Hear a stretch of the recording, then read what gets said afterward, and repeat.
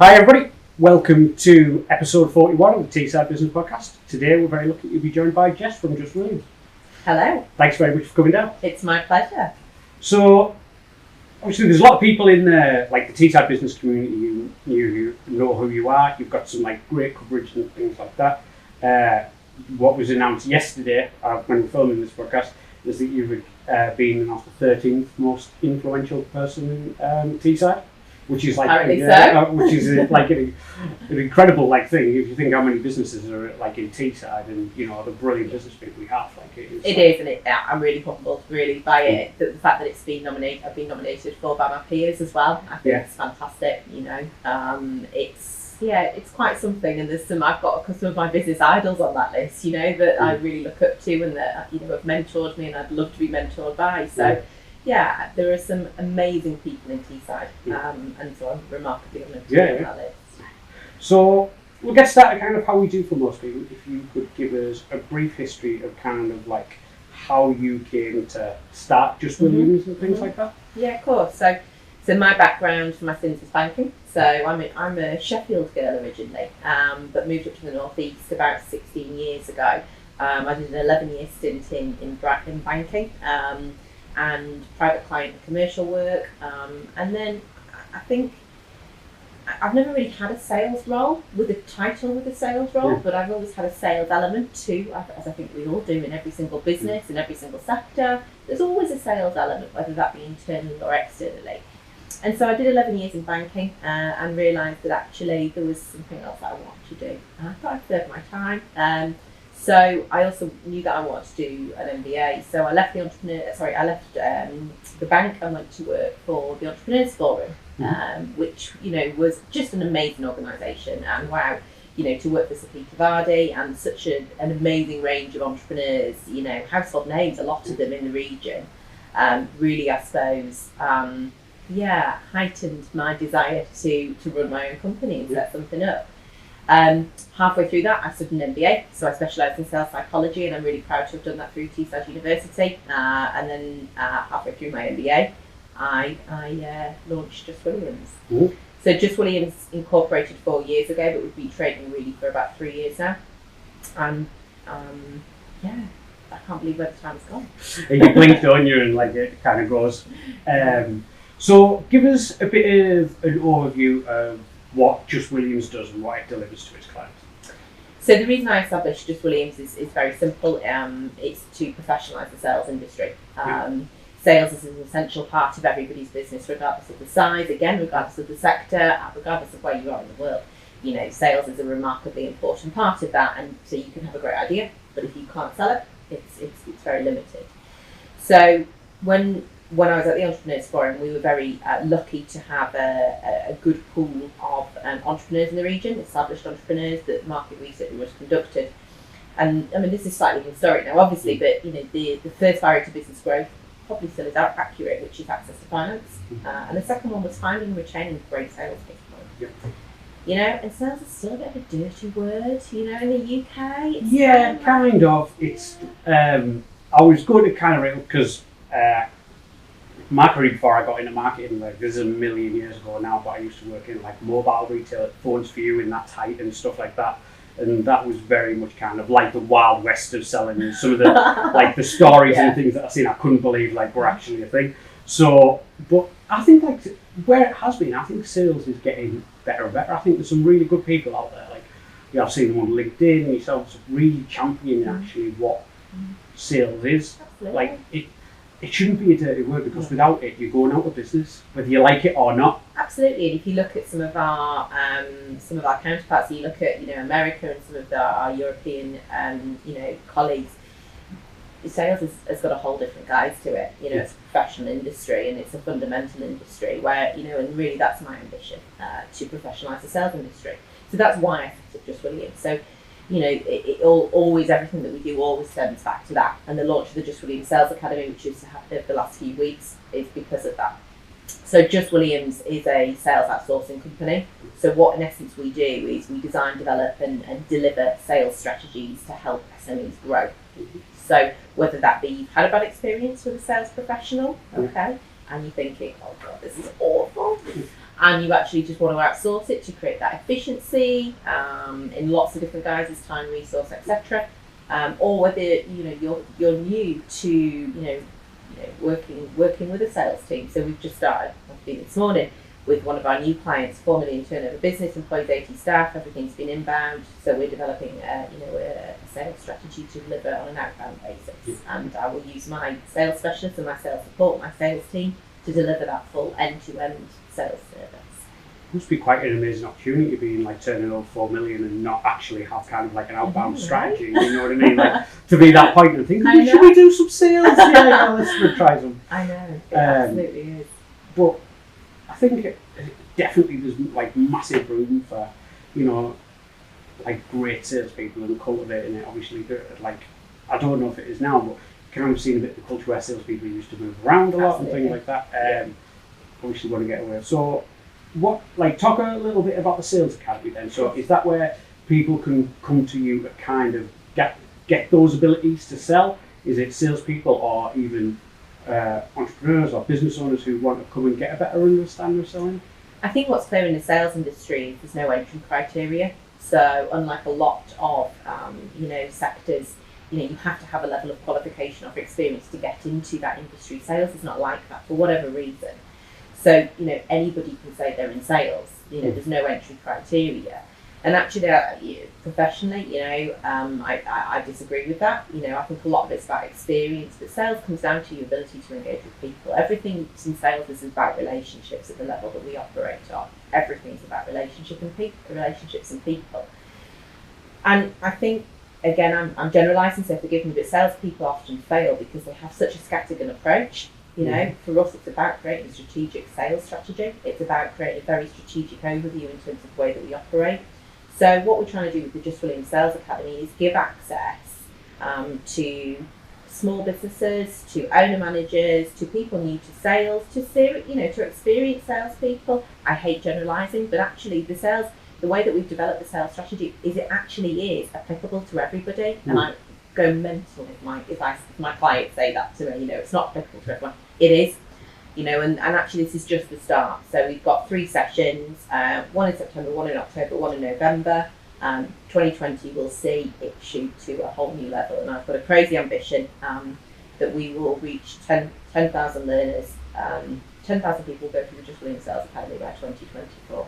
And is it very much like a hands-on in-person approach, or is it like an online portal that we will be developing a digital arm to the business next year. This year we've got 3 face-to-face delivery sessions where we've only got about 14, 15 people on each. But this is something that I'm really passionate about. Is I think that we've got to there is no module for sales, there is no qualification really for sales. And there's very little out there to help support people, to help grow their own businesses, So we've priced it in a way where it's accessible for everybody. But the idea behind it is it's very interactive. If you've been to one of my sessions, it's very interactive, not optional. And the idea is that you're getting some tangible ideas and able to implement them straight away on the back of each session. And you can come to one or you can come to all of them. It's absolutely up to you. As we talked about, I think it's something that's so vital for so many businesses. One thing I wanted to touch on with you there is obviously you said there's going to be a digital arm to the business next year and things like that. I saw recently that you took quite an original approach to getting a new website made, whether normally people in the local area, they either take to LinkedIn or wherever and go, does anybody know a web developer or a website designer or something like that? Oh yeah, man, it's Steve does that kind of thing. I don't have any cost. If my father-in-law's got Steve, where you guys kind of said, right, we want to put it out to tender, where obviously there is a tendering process for big organisations and stuff like that that's really interesting. Where you kind of went a bit of a different route with it. So how's that gone, going down that route? It's interesting you say that. I think anyone that knows me knows that I'm known for being deliberately different. I've come into the sales industry to disrupt it. I've disrupted a traditional sales model, which is you hire a full-time salesperson, expect them to deliver huge results. But let's be honest, the definition of insanity is doing the same thing over and over and again, expecting different results, and that's where I feel the sales industry is. So I think we little things that we do, like we send postcards, we send cards rather than emails a lot of the time now, because I think, you know, we just get so complacent as an industry and as individuals.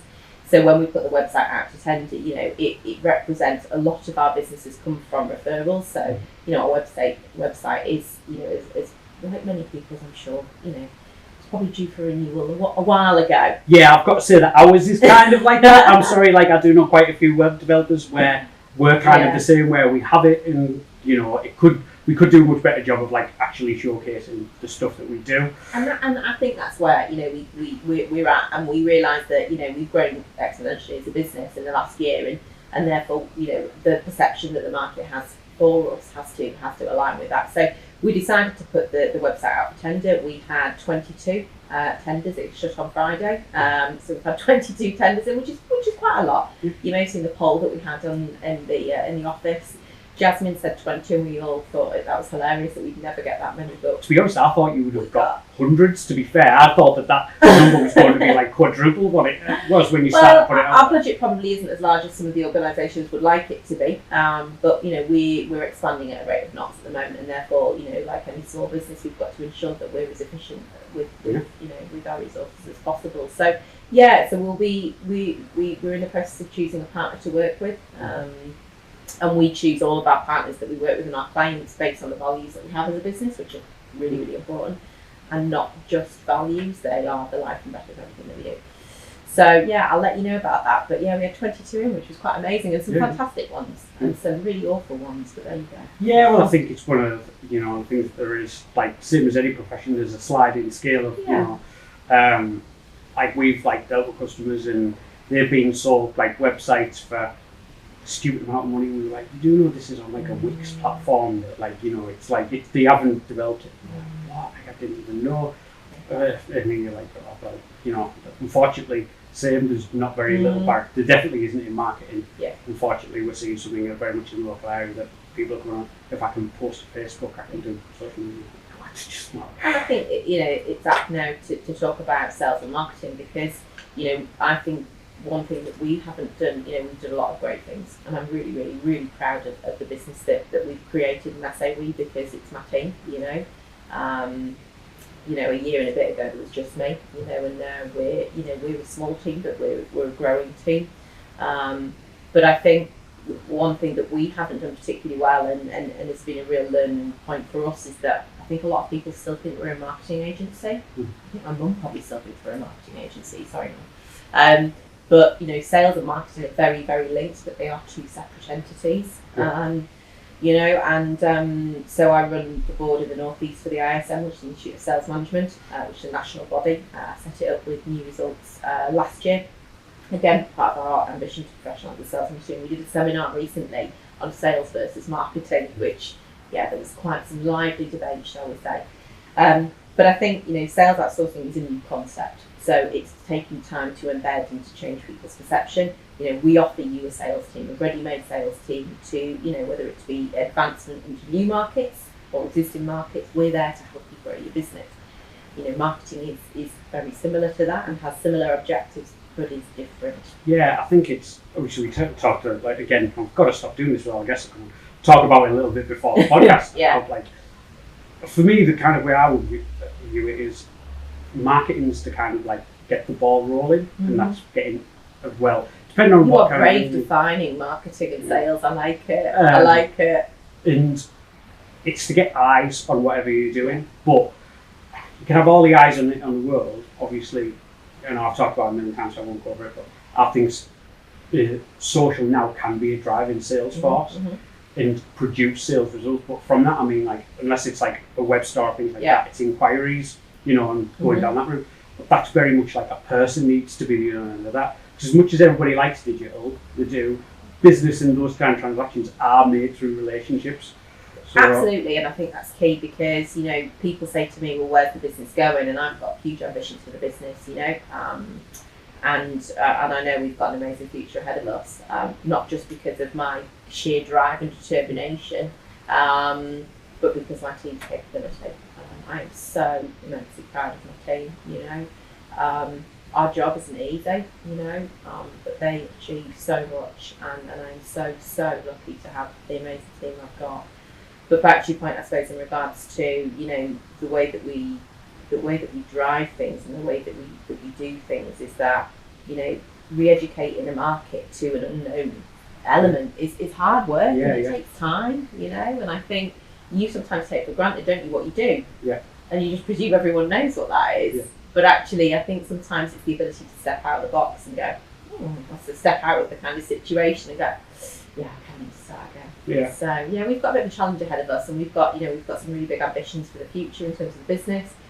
We need to really kind of transform it digitally, but regardless of where we sit, in a technological advancement as a country, Moore's law in regards to the advancement of technology is insane. People will always want to deal with people, and I fundamentally believe that. I do. So yes, it's really important that we have this digital aspect to every element of our business, regardless again of sector. I keep saying that, but people still want to deal with people, and that's where we're different, and deliberately different in that piece is that. I want to develop long-term relationships for our clients and for us. It's not about transaction; it's about long-term value. And I think it's in this day and age where it's so easy to send an email rather than pick up the phone. Who gets postcards and cards these days? You just don't. Everything's and I think we miss that human interaction. And that's where I think we have a real opportunity. And I hope it stays like that. No, I completely agree with you. One of the most successful marketing campaigns we had with somebody is for an event we actually sent out handwritten letters because we're a digital agency and stuff like that. So if you think how many pieces of how many emails you get a day, versus how many bits of post that you get through your letterbox, and then if it's a handwritten one, you will open it when you pick it up. You are so because that's so different, how things are changing and stuff. So. We have a business philosophy which is brilliant basics, magic touches, and it runs through everything that we do. That's the philosophy of our whole business. So it's about doing, what you say you're going to do it really well, but how much you can consistently and continuously add value to your clients. And it's things like that, and I can give you so many examples of the way that my team have done that amazingly well. But I think that those things that allow you to stand out in a market that's really quite crowded are really important. And I think it's the ability for businesses to, again, what was that definition of insanity? Stop doing the same things but expect different results. And I think we need to re-look at where we are as businesses, given the economic times and climate that we find ourselves in, and think about how we can really add value to our existing clients. It's very easy. Sorry, I'll say that again. It's challenging to get new clients. It's even harder to retain the existing ones if you have no strategy in place. So the first thing that we always talk about with all of our clients is what's your retention strategy? Because if you haven't got one, I'm not going to find you new clients. So what's your retention strategy? And honestly, we just Williams as we've had a challenging year because we've grown so much. We've changed I've changed the business enormously in the last 6 months, and we've changed the type of client profile that we work with. So we've had these, we've gone through a real kind of momentous change as an organisation, and I'm really proud that we're in a position now where it's very different to where we were 6-12 months ago, but we're stronger than ever. And sometimes I think you've got to take some of those hits, some of those pains, and realise that actually, I think one of the things that I've certainly learned is it's easy when you're a small business to take on clients, to help cash flow, and to hit those turnover figures. But I tell you what, if they're not right, it's a hell of a lot harder. And I think that's where we've gone through in the last few months. Is that stay true to your client profile, stay true to what you're trying to achieve. Don't chase the numbers. Don't say yes to everybody. Saying no actually is as healthy as saying yes these days. Yeah, it's something we've tried. We were talking about Lewis, who have been on the podcast previously.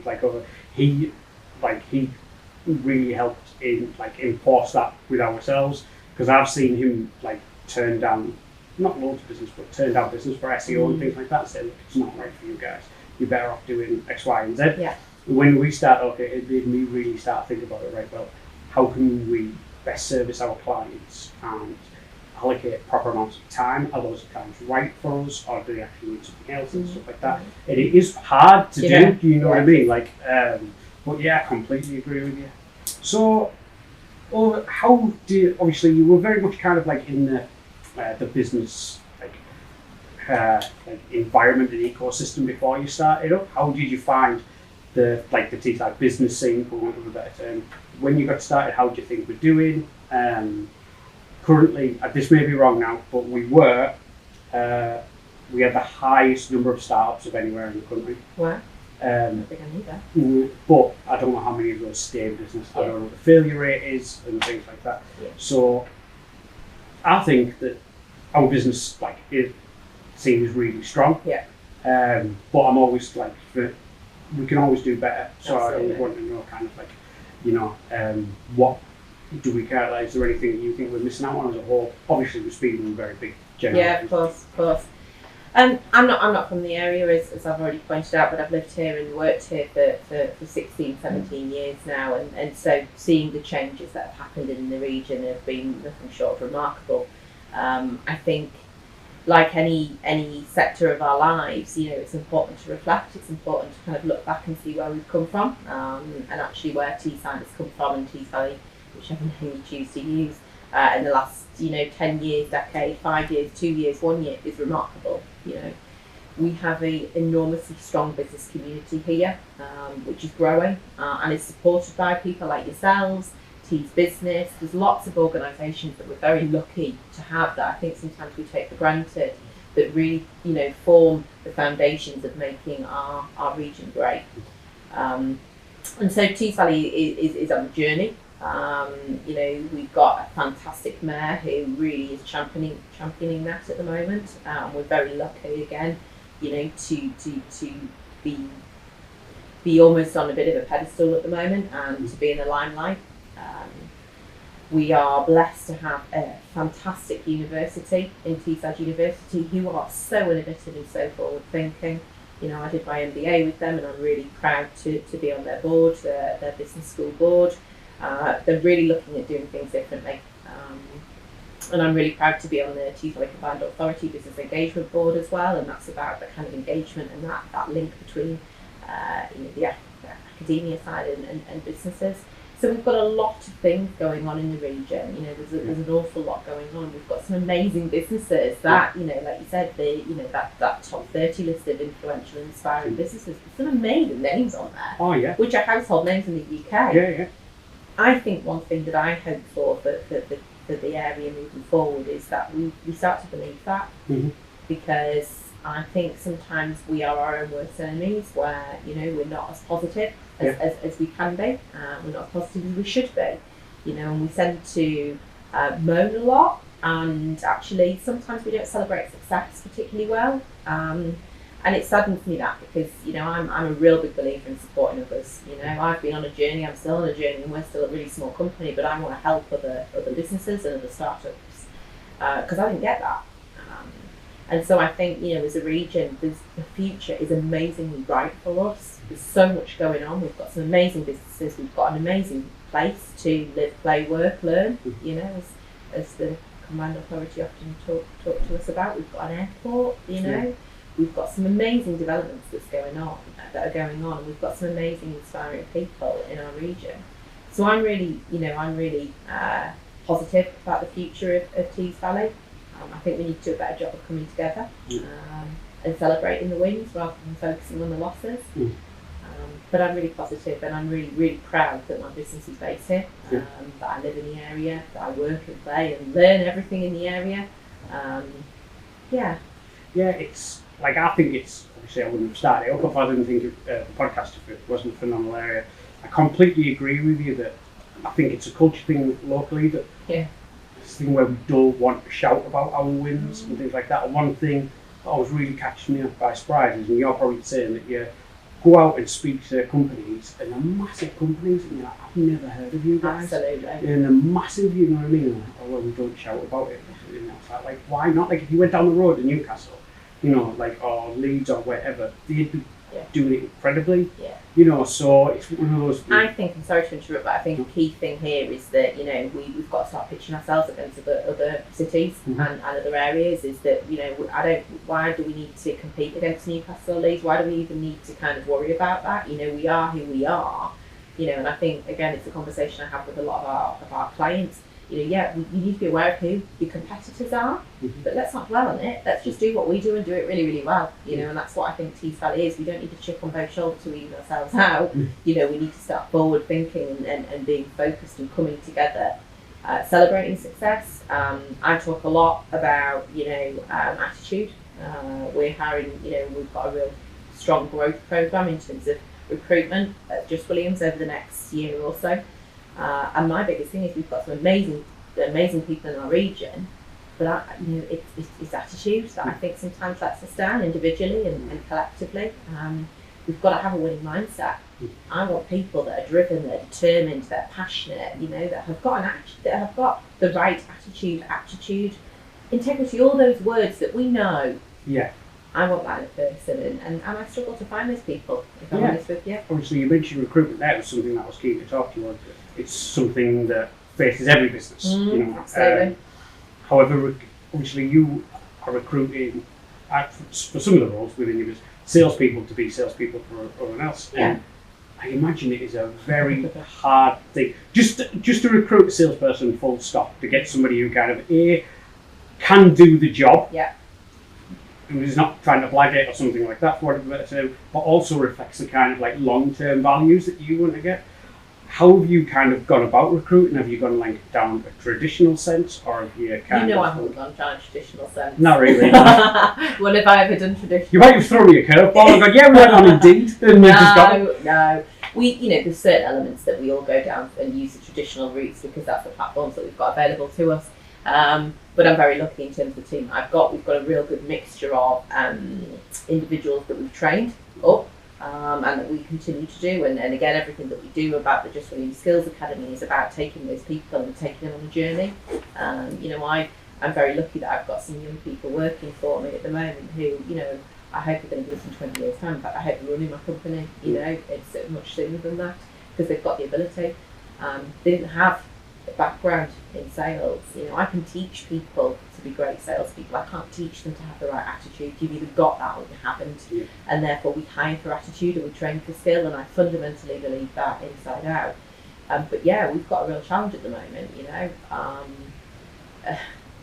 finding the right people is really hard. And more so, I think salespeople are notoriously difficult anyway, but I think it's the biggest challenge I face. Which is why, I'm really passionate about working with the university and working with young people, because it's really important that we create, a huge generation moving forward of amazing people for all different industries in Teesside. And I don't want, a skills gap to be the reason that my business doesn't grow. So I've got to give something back. I've got to do something about that rather than just, as I say, complain about it. And I urge other business owners to do the same, give back. You've got to do that. If you can't just sit and complain about a problem, you've got to help try and find a solution for it. I think it's something that a lot of people are kind of like getting on board with now, developing people within their organisation. We had Utility Alliance last week, and Dean very, very big on like how many apprentices they get on. Absolutely. And their training programme. And like obviously they've in 4 years achieved like incredible things. But it was really interesting to find out from them how they want to cultivate talent from within. And we're the same. I think that's really, really important. The culture is everything of our business. Is everything to do with our business inside out. Our philosophy is, as I said, it's brilliant basis, magic touches, and I believe in developing my people utterly. And I'm a massive kind of, I've got this, I've just got this ridiculous hunger for knowledge. I want to learn all the time. Every day is a school day. It really is. And I believe in surrounding myself with better people than me. We all have our expertise, and it's really important that we understand where our weaknesses are as business owners and where our strengths are. And therefore, developing my team is why I do it. I love it. I love watching their progression.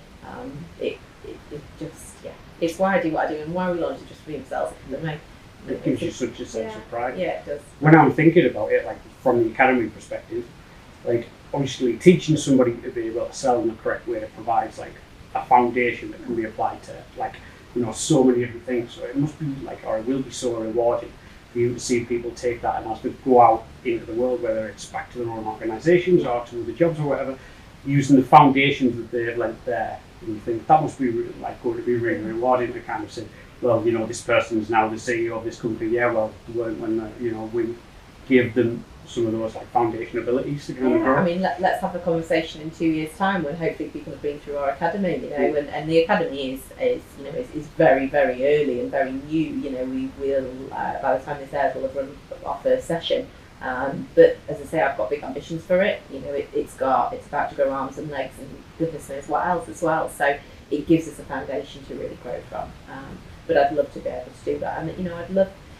You know, I know I've got in my team now, you know, and we're a small team, but we're a remarkably efficient team. You know, I know my team now thinking about that they've got. And I'm so proud that if I could help them in any way. I think it's you've got to challenge yourself as a business owner consistently, and you know, you've got to constantly learn. I'm really proud that I've just been appointed as a non-exec director at Doesnt Building Society. I'm the youngest ever female director in the UK. There's an NED for a building society, so you know, I'm so proud of that. Yeah. You know, and I'm really proud of our region, as I've said, and I'm really proud of the organisations that we have.